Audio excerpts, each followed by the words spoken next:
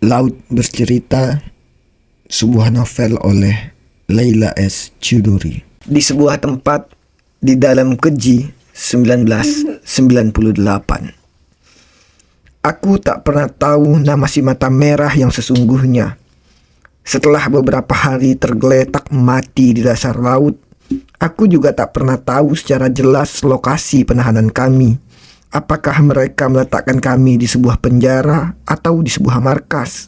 Sebaliknya, si mata merah dan para hambanya mengetahui nama asli dan nama-nama samaranku selama kami semua dalam pelarian sejak Juli 1996 yang lalu. Dia bahkan mengetahui nama bapak, ibu, dan asmara. Pekerjaan bapak, pekerjaan ibu. Dia tahu lokasi rumah kami di Ciputat dan kampus asmara di Salemba. Ini sungguh mengerikan. Satu hal yang ku ketahui, mata merah adalah salah satu manusia paling keji yang pernah kutemui. Itu kesimpulanku, karena di sebuah pagi, hari ketiga, yang kuperkirakan tanggal 15 Maret 1998, kami dibangunkan oleh bunyi trompet yang memekik-mekik. Samar-samar ku dengar suara orang berbaris-baris dan derap sepatu. Aku semakin yakin kami berada di sebuah markas, entah markas apa. Kedua tanganku masih terikat pada ujung setiap helmet. Aku juga bisa mendengar suara lenguhan Daniel yang pasti baru bangun. Dari suara dengkur Alex yang halus, diselingi bunyi mesin pendingin, aku menyimpulkan di ruang yang luas itu hanya ada kami bertiga. Aku tak tahu di mana mereka menyekap sang penyair dan Sunu. Aku bahkan tak tahu apakah kawan-kawan lain masih aman dalam pelarian atau sudah tertangkap dan dikurung di tempat lain. Di dalam mimpi-mimpiku, aku bukan hanya bertemu sang penyair, tetapi sesekali aku bertemu dan bertengkar dengan Naratama. Pertemuanku dengan sang penyair adalah sebuah mimpi yang tak ingin membuatku bangun kembali. Mimpi yang teduh sekaligus menyedihkan karena entah bagaimana aku menyadari pertemuan itu akan segera berakhir. Sedangkan mimpiku bersama Naratama adalah mimpi buruk dan membuatku berkeringat ingin menjerit. Kemana Naratama? Mengapa dia selalu tak ada ketika kami dalam keadaan genting? Aku teringat cerita Kinan 2 tahun lalu, sebelum kami dinyatakan buron oleh pemerintah. Kinan ditugaskan ke Tandes, Surabaya bersama Sunu, Julius, Gusti, dan Naratama. Mereka mengawal buruh 10 pabrik yang menggelar aksi unjuk rasa menuntut kenaikan upah. Saat itu aku baru saja ditunjuk menjadi Sekjen Winatra dan Bram menugaskan aku pindah ke Jakarta. Karena unjuk rasa yang intens dan melibatkan ribuan buruh, tentara merasa mempunyai alasan menangkap mereka. Kami dibawa ke dalam satu ruangan dan digabung bersama mahasiswi lain. Sedangkan Sunu, Julius, dan Gusti diinterogasi di ruang sebelah. Mereka ingin mencari bukti bahwa Kinan dan kawan-kawan adalah dalang unjuk rasa itu. Kata dalang menjadi buruk selama 10 tahun terakhir karena tidak lagi merujuk pada seni pertunjukan wayang. Menurut Kinan, di ruangan itu dia harus membuka bajunya hingga hanya mengenakan celana dalam dan bra karena beberapa poluan yang memeriksa mereka sibuk mencari-cari sebuah rekaman video. Untung saja mereka tidak menemukan apa-apa karena video itu sudah kami amankan. Demikian Kinan mengisahkan padaku sembari tertawa-tawa, seolah-olah yang dialaminya adalah sesuatu yang lucu. Setelah Kinan dan kawan-kawan ditahan selama 3 hari, mereka dilepas dan bubar ke tempat kos masing-masing.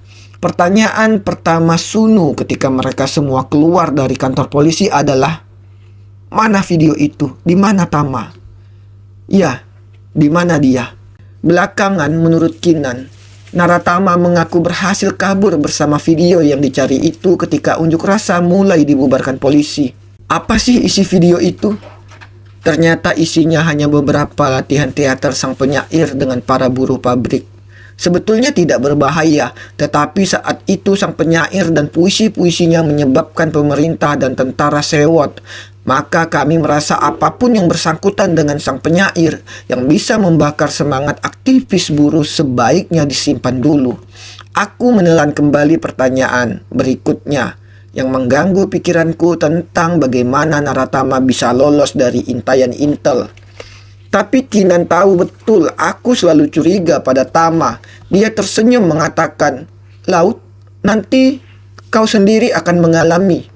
Mungkin ada sebagian dari kita yang kena tangkap. Sebagian berhasil menghindar. Itu kan biasa." Karena Kinan masih menaruh kepercayaan yang begitu besar pada Naratama, aku berusaha membunuh kecurigaanku terhadapnya. Asu! Sekali lagi kepalaku disiram air dan batu es. "Bangun lu anjing!" Mereka pasti memiliki lemari es gigantik karena gemar sekali membangunkan kami dengan seember es. Terdengar Daniel berteriak dan menyumpah-nyumpah. Alex terdengar menggeram-geram, sedangkan aku masih mencoba berdamai dengan setumpuk darah kering pada bibir, wajah bengkak dan tulang hidung yang patah, yang membuatku sulit bernapas. Aku hanya bisa berharap kepala dan sebagian badanku yang basah oleh siraman es ini akan kering dengan sendirinya, karena kedua tanganku masih diikat ke pojok velvet. Salah seorang dari mereka mendekatiku. Aku bisa merasakan tangan sebesar kayu balok itu mencengkram pergelangan tanganku. Ajaib, rupanya dia tengah membuka kedua ikatan tanganku, tetapi mereka tetap membiarkan mataku tertutup. Belum sempat aku menggaruk-garuk tanganku yang gatal bukan main, mereka memaksaku berdiri dan berjalan. Tak ada pilihan untukku selain patuh, berdiri dan mencoba berjalan. Baru saja beberapa langkah, sebuah kaki menendang punggungku. Aku terjerembab dan seseorang memaksa aku duduk di sebuah kursi lipat. Lalu mereka memborgolku kembali. Aku bisa mencium bau rokok dan aroma kopi. Kudengar suara sendok yang mengaduk-aduk gelas dan hirupan pertama kopi. Bau rokok dan kopi dan rasa represi yang mengungkungku memberi pesan bahwa si mata merah ada di hadapanku. "Sudah ingat di mana tempat persembunyian Kinanti?" Benar, itu suara si mata merah, berat dan menekan.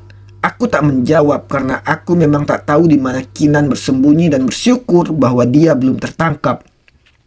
"Winatra, apa artinya?" Suara berat dan tenang si mata merah itu terasa menekan. Aku memutuskan tidak menjawab. Jika dia tahu secara rinci tentang keluargaku, pasti dia juga sudah tahu kegiatan Winatra dan Wirasena. Tiba-tiba satu tinju melayang ke perutku. Winatra dan Wirasena, ini semua anak didik Arifin Bramantio yang sudah membusuk di penjara. Masih juga kalian setia pada anak kurus itu? Si mata merah tertawa kecil. "Laut, kita diskusi saja, ayo santai," dia mendehem, yang diterjemahkan sebagai sebuah perintah oleh salah satu anak buahnya. Rupanya perintah itu adalah membuka kain hitam yang sudah lama melekat menutupi mataku. Selajur sinar lampu neon menghantam mataku. Aku merasa kepalaku berdenyut dan mataku seperti tak berfungsi. Segala yang ada di hadapanku terlihat kabur karena mataku terlalu lama dibebat kain hitam. Perlahan-lahan aku bisa melihat Daniel dan Alex. Kami berada di sebuah ruangan yang cukup besar dengan 3 tempat tidur, velvet yang saling berjauhan. Tapi kali ini kami bertiga tengah berhadapan dengan interrogator seperti mahasiswa yang tengah berhadapan dengan dosen. Daniel dan Alex masih mengenakan kain penutup mata dan tengah diinterogasi meski kali ini tak lagi diselingi tinju dan siksaan. Aku bisa mendengar sekilas Daniel ditanya mengapa kami menentang Orde Baru dan sang interrogator menggertaknya sambil menghantam meja. Sementara Alex yang duduk beberapa meter dariku tampak lebih tenang. Aku tak paham mengapa aku satu-satunya yang diperbolehkan melihat ini semua. Kami dipisahkan oleh sebuah meja lipat dengan para interrogator. Di hadapanku, si mata merah duduk menatapku dengan seksama dan di meja aku lihat ada sebuah gelas kaleng berwarna hijau apel yang pasti berisi kopi panas karena aku bisa mencium aromanya. Di kiri kananku berdiri 2 lelaki sebesar pohon yang tempo hari menculikku. Mereka masih mengenakan seibo sehingga aku tetap tak bisa melihat wajah mereka. Tetapi aku mengenali tubuh mereka yang besar. Si mata merah menyodorkan sebuah gelas kaleng berisi kopi panas itu. "Minum." Aku diam, menatap kepul uap kopi itu. Apakah kopi itu mengandung racun? Mengapa pagi ini mereka sedikit beradab? Atau mungkin itu metode mereka, bertanya baik-baik pada pagi hari, lalu menyiksa pada siang hari, kemudian menghirup darah kami pada malam hari. Demikianlah cara kerja mereka. Minum, si mata merah setengah memaksa. Aku mengambil gelas kaleng itu dengan tangan gemetar. Kedua tanganku sepanjang malam diikat di kedua ujung tempat tidur velvet sehingga rasanya hampir tak berfungsi. Aku menghirup kopi itu sedikit saja. Jadi seandainya ada racun, aku tidak langsung mati. Si mata merah mengambil sebungkus rokok dari sakunya dan mengambil sebatang. Dia menyalakan rokok itu dan mengembuskan asapnya. Kenapa kalian berniat mengganti presiden? Urusan apa kalian anak-anak kecil mau mengganti presiden? Tiba-tiba saja aku kepingin sekali menjawab. Kalau kami memang hanya anak kecil, kenapa Bapak merasa terancam? Laki sebesar pohon di sebelah kiriku menggampar kepalaku dengan tangan yang sebesar tampah. Aduh, aku merasa wajahku pecah berkeping-keping. Bibir dan hidungku penuh darah. Aku mengelap bibirku yang sudah sangat bengkak itu. Mata merah menghela nafas dan menatapku dari kepala ke kaki bolak-balik. Winatra. Aku diam. Apa artinya Winatra? Kini aku yang penasaran reaksi si mata merah, maka aku memutuskan menjawab. Membagi secara rata. Membagi secara rata. Mata merah menatapku, bibirnya mencibir. Membagi secara rata. Seperti ajaran komunis begitu? Ya enggak lah. Semua ajaran baik kan memang menyuruh kita berbagi. Ajaran orang tua, ajaran semua agama, dan juga sila kelima Pancasila kan juga bicara soal keadilan sosial. Aku menjawab dengan normatif yang membuat si manusia pohon semakin beringas. Sok ngajarin lagi, kalian ikut-ikutan PKI. Pidato-pidato Arifin Bramantio kan membela petani dan buruh, persis PKI. Pidatonya membela semua rakyat Indonesia yang miskin. Kataku mulai bosan dengan kebodohan klise mereka. Si manusia pohon nyaris menghajar mukaku, tapi si mata merah menahan. Wirasena? Tanyanya. Wirasena kenapa, Pak? Artinya, para pemberani. Mereka tertawa keras, terbahak-bahak, seperti sekumpulan beleguk. Sehingga aku bisa melihat melalui ekor mataku bagaimana orang-orang yang tengah menginterogasi Daniel dan Alex menoleh. Mereka memang sok berani kepingin mencabut 5 undang-undang politik. Si mata merah mengusap air matanya saking gelinya. Gila anak-anak ini. Bosmu sudah tertangkap. Tiba-tiba si manusia pohon sebelah kiriku menyela. Dia sudah membusuk di Cipinang sana bersama Sanana. Hei kalian, coba ceritakan urusan apa dengan anak-anak tim-tim, ha? Urusan di tanah air saja nggak beres. Kalian ikut-ikutan urusan di tim-tim. Aku diam karena tim-tim memang lebih bagian Julius dan Dana. Mata merah kembali mengisap rokoknya dan membuang asapnya tepat ke wajahku. Begini, terserah kamu mau bungkam atau bersuara. Kinanti akan tetap tertangkap suatu hari. Aku masih diam. Si mata merah mengabsen nama-nama Wirasena dan Winatra satu persatu dan aku sengaja tidak memberi reaksi apapun. Aku hanya heran mengapa dia sama sekali tak menyebut nama Naratama. Juga para pelukis teman kalian, para seniman. Si mata merah tersenyum. Tampaknya dia bisa membaca horor di mataku. Ketika dia menyebut kata seniman, Abi Hamdan Coki, aku masih diam. Mulai terbiasa bersikap seperti patung. Dan tentu saja si kecil manis Anjani. Tai. Aku tak bisa berontak dan mencoba melepaskan diriku. Tanganku diborgol dan sekaligus diikat pada kursi lipat jelek ini. Aku mengguncang-guncang tanganku dengan sia-sia dan para manusia pohon cuma terkekeh mengeluarkan duit dari kantong mereka. Apa gua bilang? Pacarnya si kecil Anjani, bukan Kinan. Mana? Aku berharap para malaikat bisa melindungi mereka. Sungguh biarlah kami saja yang ditangkap, ditinju, diinjak atau tai. Si mata merah menyundutkan rokoknya ke lengan kananku, lengan kiri, telapak kanan, telapak kiri, perlahan dan membakar. Aku menjerit-jerit dan dia tersenyum senang. Bayangkan kalau kulit Anjani yang putih itu aku perlakukan seperti ini. Aku menahan diri untuk tidak murka. Semoga dia tak memperhatikan gemeletuk gigiku. Pantas saja Bram melarang sesama aktivis Winatra untuk jatuh cinta. Beginilah akibatnya. Cara menyundut pacarmu itu ada seninya, si mata merah tersenyum. Mula-mula aku akan menyundut ujung kakinya yang putih dan mungil itu. Lalu perlahan naik ke betisnya. Cus, cus. Dia mengatakan itu sambil menyundut pipiku. Aku menjerit-jerit, si mata merah berlagak tuli dan meneruskan keasikan berfantasi. Aku yakin orang semacam dia hanya bisa orgasme setelah puas menyiksa orang lain. Biasanya perempuan senang dielus-elus pahanya, ya enggak? Mata merah tersenyum memainkan batang rokoknya yang menyala-nyala. Di paha kiri 2 kali sundut, di paha kanan 2 kali sundut, lalu ke tengah ke fa. Entah dari mana tiba-tiba saja aku mendapatkan kekuatan untuk bangun bersama kursi lipat jelek itu dan menyerunduk mata merah. Aku tak tahu apa yang terjadi setelah badanku habis diinjak-injak si manusia pohon dan manusia raksasa. Mungkin aku akan mati, karena kali ini aku melihat sang maut berdiri di hadapanku, hitam dan tinggi serta bersinar-sinar. Lalu dia mengatakan, "Kau belum mati, Laut." Cinta datang begitu saja, tanpa rencana, tanpa pengumuman. Dia lahir dan tumbuh sebagai reaksi pertemuannya dengan sekuntum bunga. Aku ingin muntah mendengar ucapan Naratama.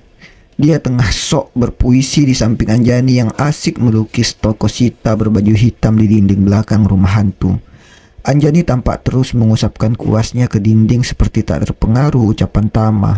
Hanya beberapa meter dari mereka, aku menyaksikan keduanya dari jendela dapur sembari merebus air untuk masak mie instan.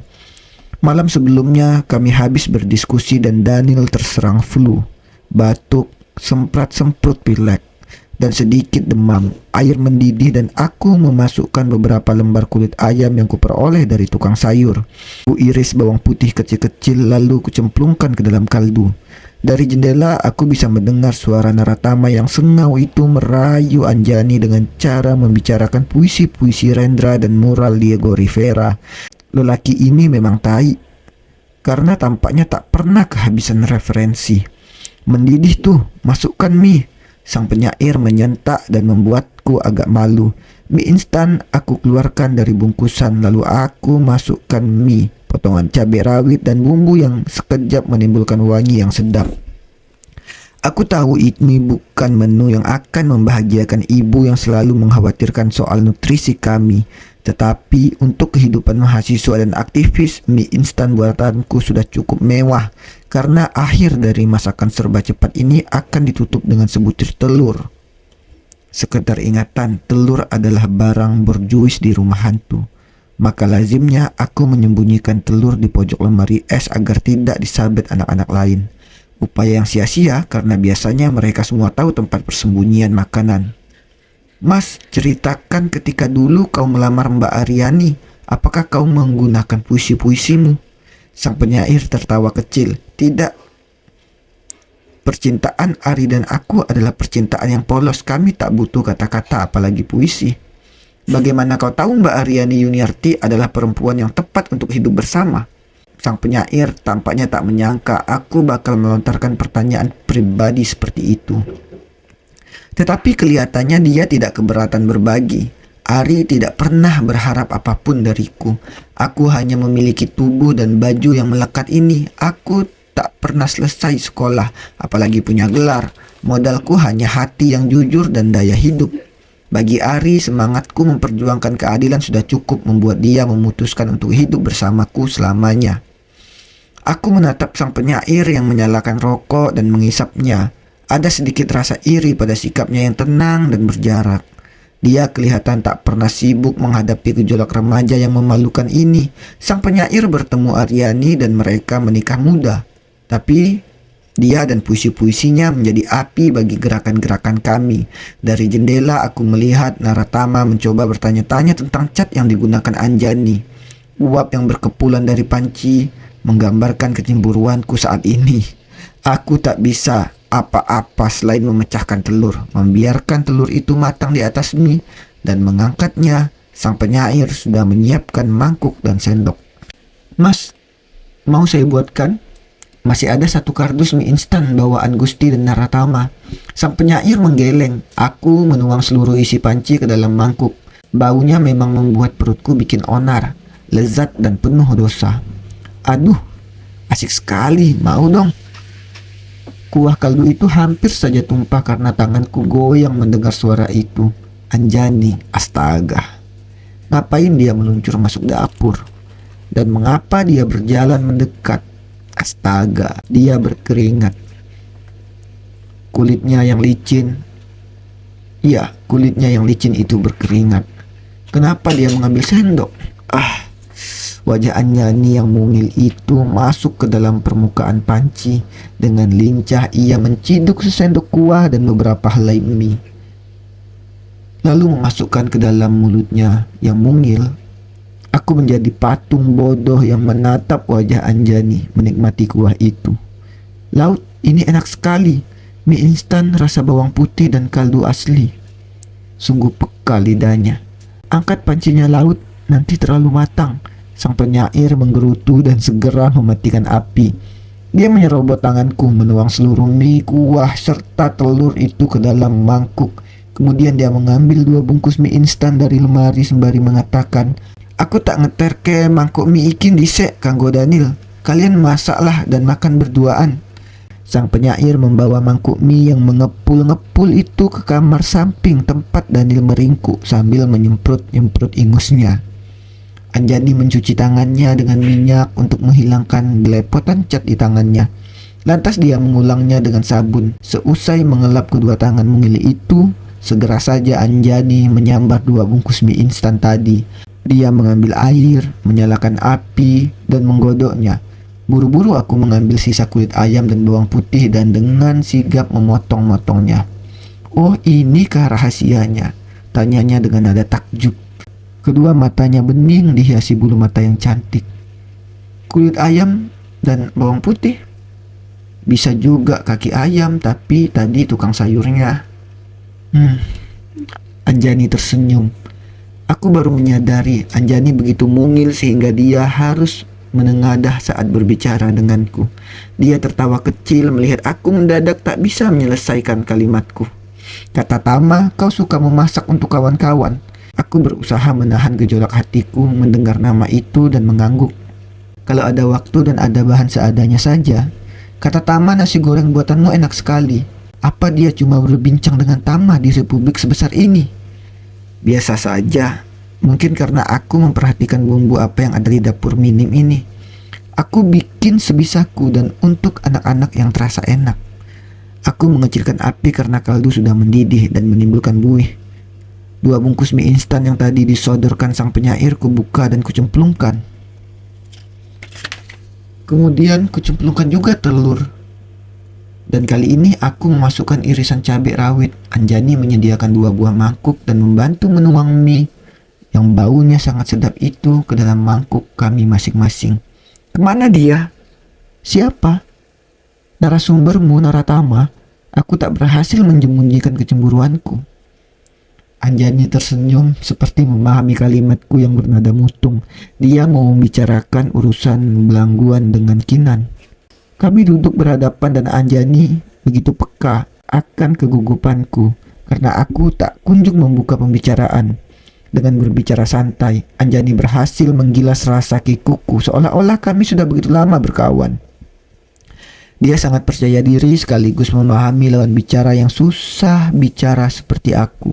Dia memuji lezatnya mie instan itu dan sungguh berbeda dengan yang biasa dia makan. Aku tidak tahu bagaimana membalas pujiannya selain dengan memuji mural yang sudah hampir selesai itu. Aku masih takjub dia memilih cerita yang subversif dari Pakem. Sita menyelamatkan Rama yang diculik dan nyaris dibunuh oleh musuhnya. Mengapa? Subversif, ujar Anjani sembari mengunyah mie dan senyumnya perlahan mengembang. Aku ingin sekali perempuan tak selalu menjadi korban, menjadi subjek yang ditekan, yang menjadi damsel in distress. Ya, tempo hari kau sudah menjelaskan itu. Anjani tertawa. Wah, kamu ingat ucapanku. Itu langkal. Maksudmu? Pengalamanku lelaki di rumah maupun di kampus jarang mendengarkan ketika perempuan bicara. Mereka gemar memotong kalimat lawan bicara mereka. Anjani menyimpulkan dan saat itu aku langsung memutuskan Asmara dan Kinan pasti akan cocok membentuk trio bersamanya. Percayalah, anak-anak Winatra sangat mendengarkan, lelaki atau perempuan. Aku mencoba membela kaumku dengan setengah hati, karena yang dikatakan Anjani memang benar. Maksudku begini, mengapa kau secara pribadi menginginkan konsep moral seperti itu? Apa yang mendorongmu? Anjani menatapku seolah dia belum pernah mendengar pertanyaan itu. Mungkin karena aku tumbuh dan besar bersama banyak lelaki di rumahku. Aku punya 3 kakak lelaki dan ayahku cukup dominan. Ada suasana maskulin yang berlebihan di rumah kami. Bayangkan bagaimana mereka memperlakukan si adik bungsu, satu-satunya perempuan. Anjani bercerita sambil mengunyah mie instan dengan nikmat yang kini sudah tinggal setengah. Aku tahu penghuni rumah hantu sangat menyukai mie instan buatanku, tetapi melihat betapa lahapnya mulut kecil cantik itu menikmati masakanku, meski sekedar mie instan membuat dadaku terasa mekar. Pasti mereka menyayangi dan melindungimu. Lebih tepat lagi, mereka membuat kawan-kawan lelaki kabur sejauh-jauhnya, katanya dengan nada jengkel sambil mengais-ngais sisa mie dari dalam mangkuk. Dia lalu mengangkat mangkuk itu dan menghirup seluruh kuahnya. Pantas saja Kinan cocok dengan Anjani. Keduanya sama-sama doyan makan. Jika mereka berdua aku perkenalkan pada Asmara, jadilah mereka trio yang selaras, sama-sama suka makan dan sama-sama suka mengatur hidupku. Seorang adik perempuan sering tak sadar jika kakaknya meledak, menggoda dan mengganggu, sebetulnya karena sayang. Kataku mencoba mengingat-ingat hubunganku dengan Asmara dan berapa puluh kali aku membuatnya menangis saat kami masih anak-anak. Adikmu perempuan? Iya, tapi kami hanya berdua, jadi kelihatannya kekuatan perang gender cukup seimbang. Aku mencoba berpikir sejenak, atau sebetulnya para perempuan di rumah ibu dan Asmara sangat dominan. Aku semakin takjub bisa tertawa di hadapan Anjani. Problemnya memiliki 3 kakak laki-laki bukan hanya mereka memberikan perlindungan yang berlebihan, tetapi mereka memperlakukan aku seperti teritori mereka. Jadi jika ada kawan laki-laki hanya lelaki saja, by the way, mereka bertingkah seolah-olah teritori mereka terancam musuh. Mengapa keluhan ini mirip sekali dengan gerutuan Asmara? Aku mulai menggerut. Mengapa aku merasa ada semacam benang merah antara Asmara, Kinan, dan Anjani? Apakah karena mereka suka makan enak dan tak ragu untuk menambah berkali-kali? Mas Indra misalnya, sudah kuliah di Bandung pun hampir setiap hari mengecek aku di Jakarta. Mas Raka dan Mas Mahesa lebih menjengkelkan lagi. Ketika aku memilih isi Jogja sebagai pilihan pertama, mereka mencoba meyakinkan orang tua kami bahwa itu ide yang mengkhawatirkan karena tak akan ada yang menjagaku di sini. Tetapi selain persoalan lokasi, aku juga harus menjelaskan mengapa aku tak ada pilihan lain di luar studi seni rupa. Itu butuh berbulan-bulan karena sejak kecil gambar-gambarku selalu hanya dianggap coret-coret dinding yang tak berguna.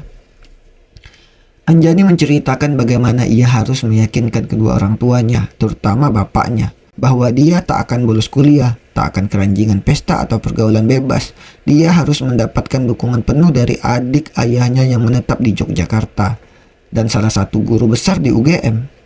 Lantas setelah upacara mengantar si adik bungsu yang dilakukan sang raja, Raka dan Mahesa, karena abang sulungnya sedang ujian dan memeriksa tempat kos yang dipastikan berjauhan dengan tempat kos pria, barulah Anjani dilepas oleh keluarganya. Kau pasti merasa bebas, merdeka, kini jauh dari pengawasan dan bisa melukis seasik ini. Aku mengangkat mangkuk dan mulai mencucinya di basin.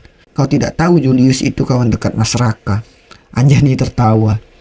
Dia berfungsi mengawasiku. Dalam setiap kelompok pasti ada agen ganda. Kembali dia tertawa. Sebuah gurauan yang terus-menerus melekat di benakku. Ketika kami selesai mencuci mangkuk, Naratama muncul dengan wajah mirip cucian lusuh. Hai, sapa Anjani dengan tampang prihatin. What's up? Aku balik dulu, Jan. Loh, Kinan bilang apa belangguan? Aku tidak ikut. Naratama melirik dengan wajah masam. Ada tugas lain. Anjani memandang aku dan Naratama bergantian. Naratama kemudian mengambil ranselnya dan meninggalkan kami tanpa berkata apa-apa. Baru kali ini aku melihat dia begitu layu dan murung.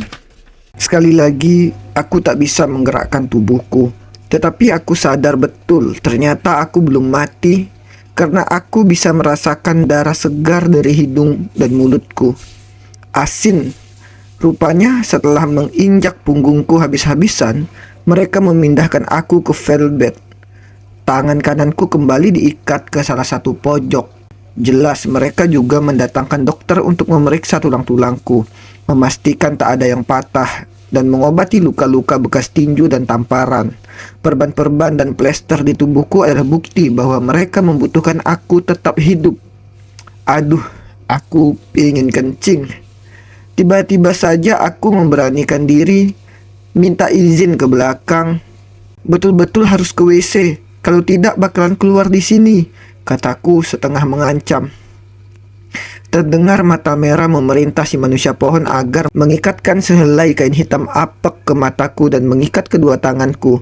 Aku digelandang si manusia pohon berjalan melalui sebuah pintu yang besar.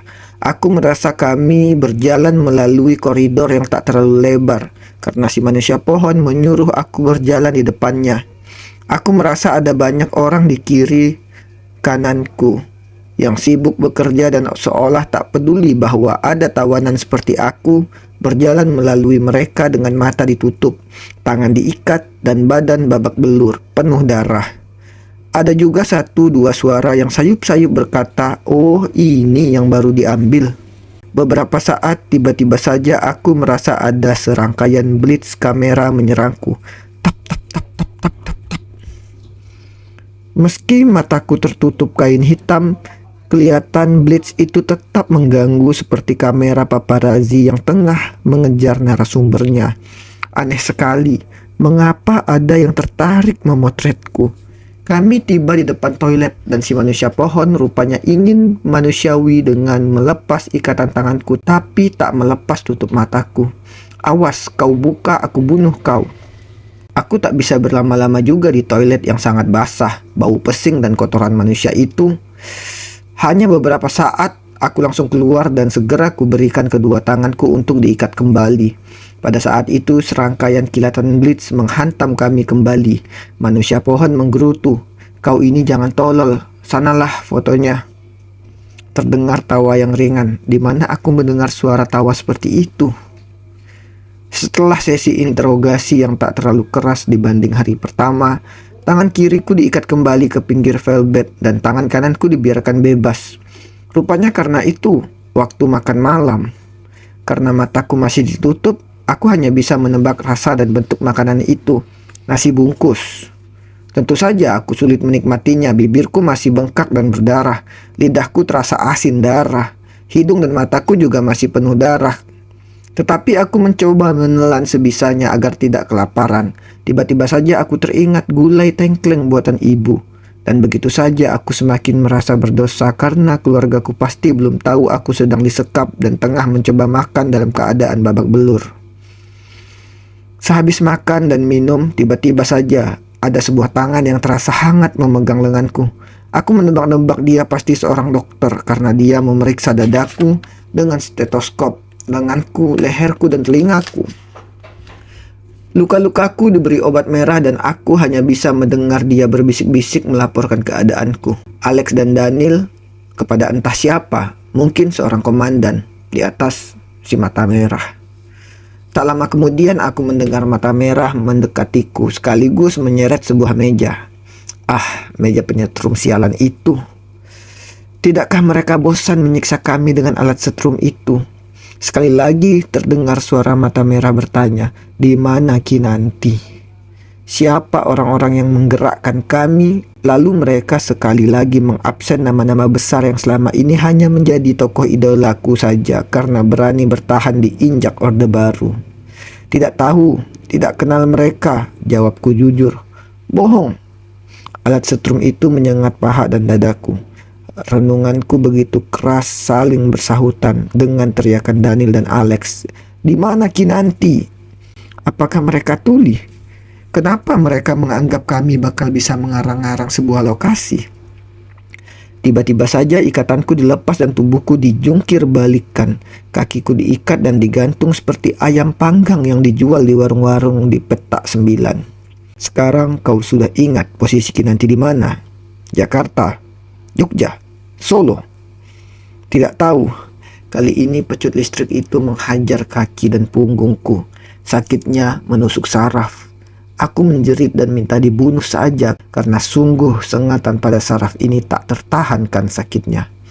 Pecut listrik dihentikan. Kali ini penutup mataku dibuka. Di hadapanku duduk si mata merah yang tampak begitu marah karena aku tak kunjung memberi informasi apapun. Dia mengambil sebuah kotak kayu dan memperlihatkan isi kotak itu kepadaku.